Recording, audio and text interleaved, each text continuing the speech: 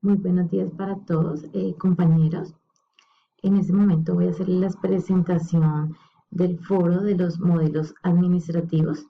Mi nombre es Gina Julieta Cardoso Carrillo, psicóloga, actualmente estudiante de primer semestre de especialización, gerencia de talento humano en la Universidad Manuela Beltrán.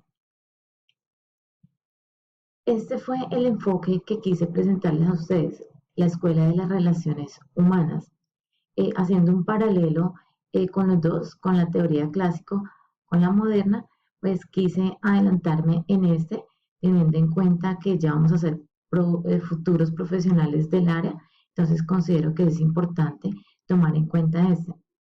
Una contextualización, pues la Escuela de las Relaciones Humanas, acá en esta teoría el recurso humano comienza a estudiarse y a tomarse en cuenta dentro de la organización, dentro de las organizaciones.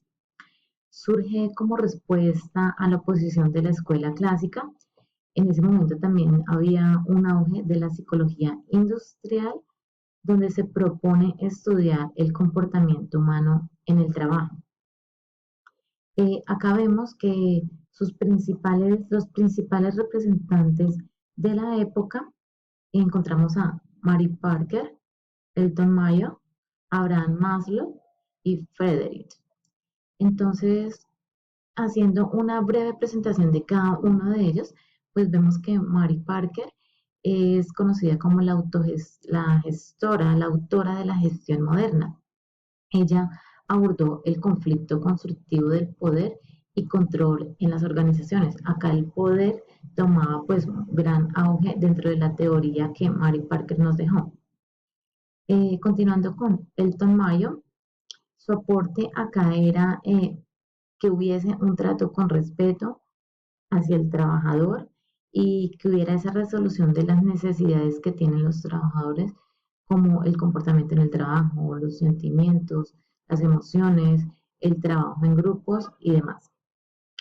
Sigue Abraham Maslow, que pues es conocido porque él se refiere a la identificación de una escala jerárquica de necesidades que vienen compuestas por 5 niveles. Entonces, tomando de referente estos principales representantes de la época, me voy a centrar en el enfoque en la teoría de la motivación y las necesidades que nos dejó o nos plasmó Abraham Maslow. Para realizar un contexto histórico y socioeconómico de la época en el cual surgió este enfoque, entonces pues vemos que se inicia en la mitad del siglo XXI, antes de la Primera Guerra Mundial. Acá se da un desarrollo de la industria, está en pleno auge el desarrollo de la industria y aumento de la producción.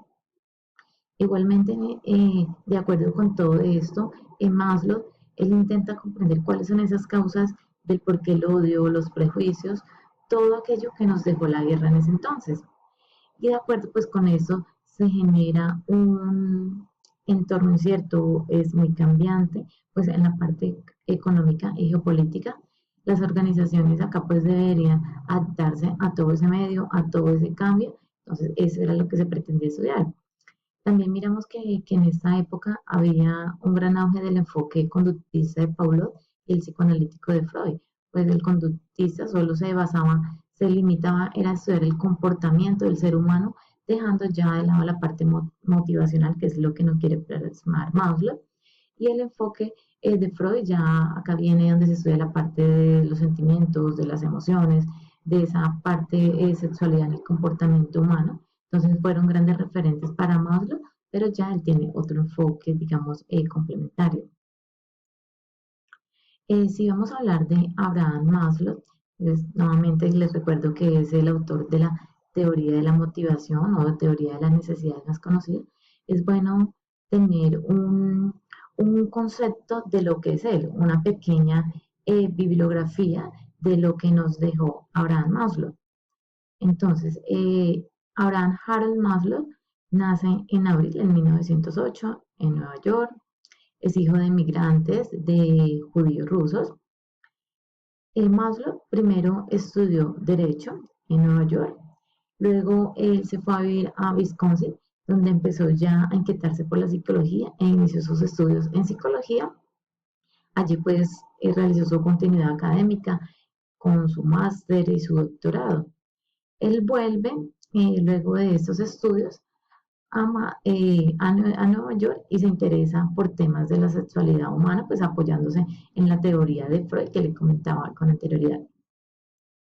Luego, pues durante el tema de la Segunda Guerra Mundial, durante este suceso, abandona la psicología experimental. Entonces, acá es donde nuevamente él intenta comprender las causas de todo eso que nos dejó la guerra, los odios, los prejuicios, la guerra. Y ya en 1962, pues, funda la Asociación de la Psicología Humanística con este gran grupo de autores pertenecientes al humanístico, como Roger May y Carl Rogers. Ya teniendo toda esa trayectoria, él se interesa ya por la psicología del trabajo.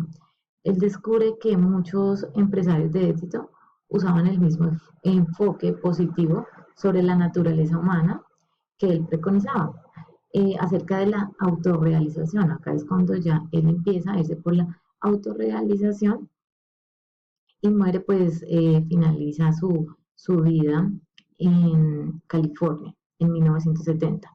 Entonces, de acuerdo con toda esa trayectoria, es cuando nos deja el concepto de motivación, donde nos dice pues que cada ser humano es un mundo que busca satisfacer sus necesidades desde las más básicas hasta las de orden superior. ¿Cuáles son esas premisas en cuanto a la teoría motivacional de Abraham Maslow? ¿Qué es lo que nos dice? ¿De qué trata? Acá el punto clave es que cada ser humano es un mundo diferente, el cual busca satisfacer sus necesidades desde las más básicas hasta llegar a las más altas de un orden superior.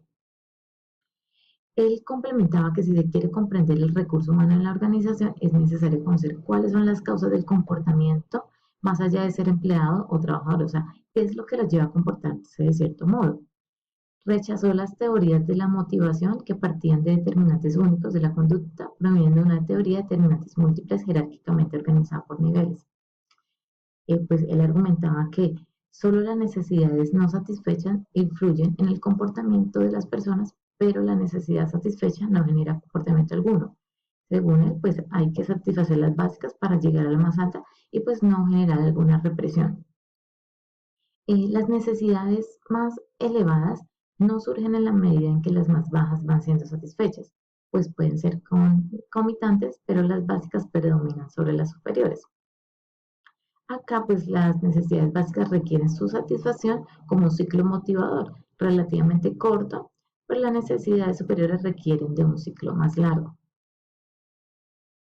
Acá ya les voy a dejar un poco más claro en detalle cuál es esa pirámide que él nos dejó. Entonces, iniciamos por las necesidades fisiológicas, las básicas. Pues toda persona debe tener su salud, su alimentación, su respiración, su descanso. Seguimos con las necesidades de seguridad. Ya es la vestimenta, un empleo, tener vivienda. Y aquella social, pues es la parte de afecto, la vida social, el trabajo en equipo, el trabajo en grupo. Y hay una necesidad de autoestima, ya sea el reconocimiento, la confianza, y todo eso nos lleva a una autorrealización. ¿Cómo se ve esto en las empresas? Entonces, la parte de las necesidades fisiológicas, ¿cómo lo validamos en una empresa? Entonces, acá es cuando uno tiene buen espacio, podemos complementar lo que es cuando uno tiene buenos espacios en la oficina, tenemos los recursos, los equipos para poder trabajar, tenemos lo básico. Las de seguridad, cuando tenemos un trabajo, pues tenemos una planta física. Acá esa es la que nos evita los daños, que las lluvias, las inundaciones, de ser atracados, de ser asaltados. Acá es todo lo que minimiza esta parte de riesgo que podemos tener en la parte laboral. La necesidad social en una empresa. Pues todos pertenecemos a un grupo, todos tenemos contacto con clientes, con proveedores, el trabajo en equipo, las relaciones interpersonales, tenemos que hacer negocios con los clientes, entonces pues estas buenas relaciones comerciales nos llevan a un éxito. La autoestima, ¿cómo la damos en la empresa?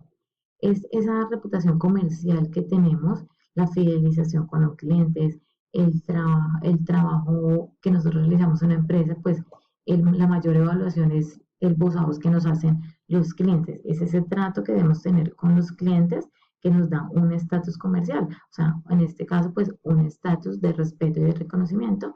Todo esto nos va a conllevar a una autorrealización.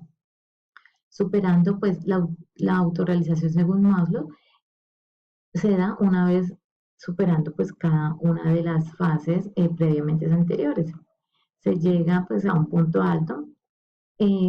Acá lo podemos ver en la empresa, que es cuando se da un desarrollo comercial, el desarrollo de nuevos productos, procesos de innovación, es las personas y el negocio exitoso que puede darse dentro del mundo que nos rodea a cada uno de nosotros. Entonces, ese es básicamente el modelo que nos dejó Abraham Maslow, la descripción de la pirámide.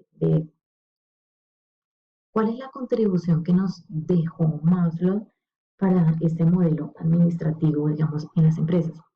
Entonces, acá él nos habla que los administradores pues deben ser conscientes de las necesidades que tiene el ser humano, que tiene el trabajador, que los motiva para realizar determinadas acciones. Un ejemplo, el salario que se recibe. Acá nos permite satisfacer las necesidades básicas, pues con el salario satisfacemos la alimentación, la vivienda, la comida, la subsistencia. En cuanto a la parte social, pues esos espacios sociales es donde permanece el funcionario, el recurso humano. Acá, aprovechando ese recurso, pues hacemos parte de un clima laboral, de un ambiente laboral que a veces es propiciado pues por los mismos jefes en estas actividades. Acá lo hemos plasmado pues en las actividades de bienestar social o bienestar laboral que la empresa hace que pertenezcamos, que nos involucremos a una parte o a esta área. La empresa igualmente pues apoya la satisfacción ofreciendo un ambiente laboral equilibrado, una estabilidad laboral pues mediante un tipo de contrato. Acá luego viene la parte del reconocimiento, es ese plan de carrera que hoy en día muchas empresas están utilizando, el poder tener un ascenso, el poder uno ir creciendo, ir realizando algún estudio complementario, ascensos de diversos modos para los empleados, los premios, los reconocimientos y la autosuperación ya se logra pues es ese proyecto de vida que uno como trabajador llega a una empresa. ¿Cuáles son esas ventajas o mayores críticas y limitaciones? Pues una de las ventajas es que se mejoró la perspectiva clásica, que antes se consideraba solo la productividad, se recalca la importancia de un estilo de gerente, formación de administradores, se, se, se enseña en las destrezas administrativas en oposición a las habilidades técnicas. O sea, acá ya hablamos más de competencias a nivel del ser humano y dejamos a un lado esas habilidades técnicas que estaban en la teoría clásica. Se interesa igualmente por los grupos, por la dinámica, el trabajo social que uno debe tener complementario. Igualmente se pueden establecer programas para cubrir todas estas necesidades. Todo esto igual pues lo vemos en la parte empresarial. ¿Cuáles son esas mayores críticas o limitaciones? Pues que no hay ninguna prueba de que cada persona tenga la capacidad de convertirse en un ser autorrealizado. Al mejorar las condiciones de trabajo y la satisfacción del personal, pues no se aporta al mejoramiento de la productividad. Igualmente, la teoría de recursos humanos pues no podrá reemplazar a la teoría clásica y las personas tal vez no tengan 5 necesidades exactamente, sino pues tengan más necesidades. Y pues esta teoría de igual no se puede generalizar a varias culturas de otros países porque pues la clasificación de las necesidades es cierto que cambian en diversas culturas. Entonces, pues acá haciendo un paralelo, sí estoy muy de acuerdo con la teoría de Maslow, porque acá lo que se quiere evidenciar es el talento humano, es nosotros como personas, la importancia que tenemos en una organización. Igual hoy en día las empresas están aplicando eso porque lo importante es el recurso humano, ya vamos aparte de ese recurso material, ese recurso técnico, ¿sí?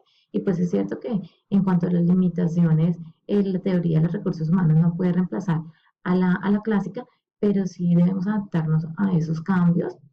Como todo nuevo producto genera ciertas inconformidades, pero uno no debe quedarse en el pasado, la idea es seguir creciendo en la parte empresarial. Entonces creo que no es nombrar empresas, yo creo que todas las empresas hoy en día le apuntan al talento humano de diversas formas, pues se satisfacen cada una de las necesidades, el ingreso personal, las capacitaciones, el área de bienestar, les apuntando mucho a satisfacer todas estas necesidades, como ya lo hablaba con un plan de carrera, con una capacitación, ya se me está acabando el tiempo.